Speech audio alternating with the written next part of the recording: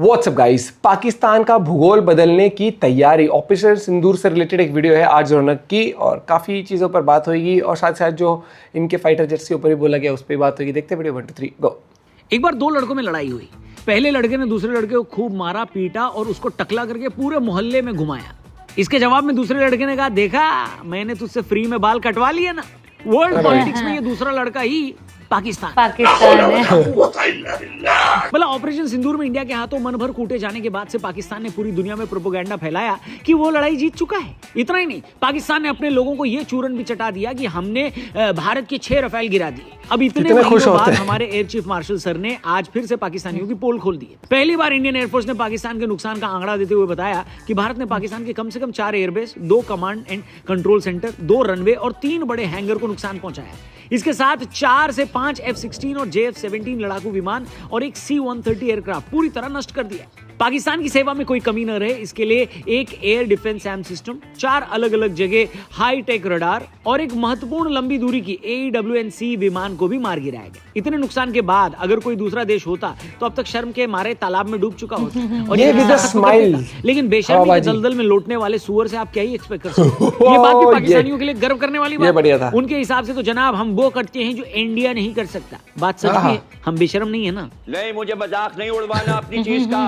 अब इतना होता तो क्या ही बात थी। इसके अलावा एयर चीफ मार्शल ने बोला कि अगर पाकिस्तान को ये लगता है कि उन्होंने हमारे 15 विमान गिरा दिए तो उनको सोचने दीजिए। अगली बार जब वो हमसे लड़ने आएंगे तो इसी वहम में आएंगे कि हमारे पास 15 लड़ाकू विमान कम है। साथ ही उन्होंने ये भी बोला कि ये मनोहर कहानियां बनाने की पाकिस्तान की पुरानी आदत है। बात ठीक भी, इनको गिरेबान पकड़ के पटक के कूट भी दो तब भी ये इस बात पर हंस लेंगे कि जनाब देखा हमने आपकी कमीज गंदी कर दी। इनको इस बात की बेइज्जती बिल्कुल नहीं लगी कि इनके 11 एयरबेस खत्म हो गए। इनको इस बात का गर्व है कि जनाब हमने इंडिया के रफेल गिरा दिए, जो कि इन मूर्खों ने किया भी नहीं। तो जुर्म है ना मेरा। लेकिन डेल्यूजन के सागर में डीप डाइव करने वाले पाकिस्तानियों के लिए सब बातें कहां समझ में आएंगी। जिनको 2 वक्त की रोटी के लिए जान दांव पर लगानी पड़ती हो, उनके पास इन सब बातों के लिए लड़ने का टाइम कहां है। एक आम पाकिस्तानी इतना सोचता भी नहीं है क्योंकि वहां की सरकारों ने उसे इस काबिल छोड़ा भी नहीं है। एक सोसाइटी के रूप में पाकिस्तानी समाज की हालत क्या है ये हमने पिछले वीडियो में आपको बताया है। लेकिन हमारे एयर चीफ मार्शल का निशाना पाकिस्तान था जरूर, मगर दर्द चीन और अमेरिका को भी हुआ है। सबसे पहले तो भारत ने पहली बार उन जेट्स के नाम लिए जो पाकिस्तान में गिरे। इसमें से F-16 अमेरिका का तो JF-17 चीन के लड़ाकू विमान थे। पूरी दुनिया को इस बात का सबूत मिल गया है कि इन दोनों ही फाइटर जेट्स को गिराया जा सकता है। देखिए, पाकिस्तान की कोई इज्जत हो न हो, लेकिन इन देशों के हथियारों की इज्जत तो है ना दुनिया में। अपनी आर्म्स लॉबी और सॉफ्ट पावर के दम पर अमेरिका ने अपने हथियारों की एक इज्जत दुनिया भर में बनाई है। दूसरी तरफ चीन के JF-17 वो हथियार हैं जिसे वो सो कॉल्ड एडवांस मशीनरी बताता है। उसने पाकिस्तान के साथ और भी देशों के साथ इन हथियारों की डील कर रखी है। अगर ये गिरे तो जाहिर सी बात है उनकी डील पर असर पड़ सकता है। यानी एक पाकिस्तान के चक्कर में इन देशों की भी बड़ी बैंड बजी पड़ी है। चीन के लिए तो ये तमतमाने वाली बात है क्योंकि पाकिस्तान ने एक तरफ उनकी जेब भी काटी है और अब उनके हथियारों के सामने इंडियन हथियार सुपीरियर सिद्ध हुए। ऐसे में इन दोनों ही देशों की तरफ से अगला कूटनीतिक हमला भारत पर ही होगा। लेकिन अपन तो एंजॉय करेंगे, क्यों सिंह साहब? ये बढ़िया। पर ऐसा नहीं है कि सिर्फ सिंह साहब ही पाकिस्तानियों को गर्म तवे पर नचवा रहे हैं। हमारे Indian army chief general Upendra Dwivedi ने भी पाकिस्तान को एक बड़ी वार्निंग देते हुए बोला है कि अगर उसने क्रॉस बॉर्डर टेररिज्म बंद नहीं किया तो हमने जो संयम ऑपरेशन सिंदूर में रखा था वो अब नहीं रखेंगे। इस बार आर पार की लड़ाई होगी। इस बार भारत देश पूरी तैयारी के साथ है और इस बार वो संयम नहीं रखेगा जो सिंदूर 1.0 में हमने संयम रखा।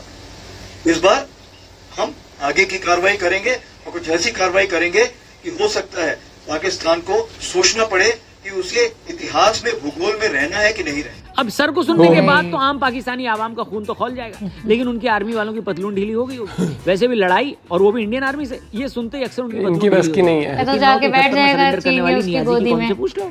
आय हाय जिंदा है, आय हाय जिंदा है, जिंदा है चलती फिरती मैयत है। मगर तो हमारे देश में कुछ ऐसे लोग भी हैं जो इस पर भी सवाल खड़े करते हैं। अब तो इस बात का कोई आश्चर्य भी नहीं होता क्योंकि जब हमारी ही सेना से लोग उनके शौर्य का सबूत मांगने लगे तो उनकी बुद्धि से और क्या एक्सपेक्ट कर सकते हो। कई तरफ से आवाजें आने लगी हैं कि अब सरकार इस नुकसान के बारे में क्यों बता रही है जबकि ये चीज को हुए 4 महीने से ज्यादा हो गए। देखिए, आमतौर पर हमारी सेनाओं का जो डिसिप्लिन होता है वो उनकी ब्रीफिंग में दिखता है। सरकार ये तय करती है कि क्या बताना है और कितना बताना है। आज जाकर हमारे एयर चीफ मार्शल का ये कहना ये बताता है कि सरकार ने एक तीर से 2 निशाने मारे। सबसे पहले तो अमेरिका के राष्ट्रपति मिस्टर डोनाल्ड ट्रंप पाकिस्तान के कुछ ज्यादा करीब जा रहे हैं। इतना ही नहीं, ये भाई साहब भारत को मॉक करने का एक भी मौका नहीं छोड़ते। हर मंच पर जाकर भारत और पाकिस्तान की लड़ाई को रुकवाने का क्रेडिट चाहिए इनको, जो भारत को असहज कर देता है। India-Pakistan was probably going to end up in a nuclear war if they kept You know, they shut down 5 planes in the last attack, and it was back and forth, back and forth, back and forth. And I called them and I said, "Listen, no more trade. If you do this, you're not going to be good." But they're both powerful nuclear nations, and that would have happened, and who knows where that would have ended up. And I stopped it. ऐसे में इस जवाब ने इसको America को पूरी दुनिया के सामने चाहिए एक रेप्लिका ही दे दो इसको। दूसरी बात ये है कि खुद अपनी आर्म्स लॉबी और उनकी मीडिया ट्रंप से जवाब मांगेगी। वर्ल्ड पॉलिटिक्स में ये भारत का अमेरिका को जवाब है कि वो दिन लद गए भैया जब आप हमें असहज किया करते थे। अब भारत अपनी शर्तों पर डील भी करता है और उसे वो पॉलिटिक्स भी खेलनी आती है जो आप सालों से खेल रहे हैं। लेकिन इसी बीच जानकार लोगों का कहना है कि पाकिस्तान अपनी हरकतों से बाज नहीं आएगा। ये वो पूंछ है जिसे सीधा करने का एक ही तरीका है और वो है नियमित कुटाई। टाइम टू टाइम है।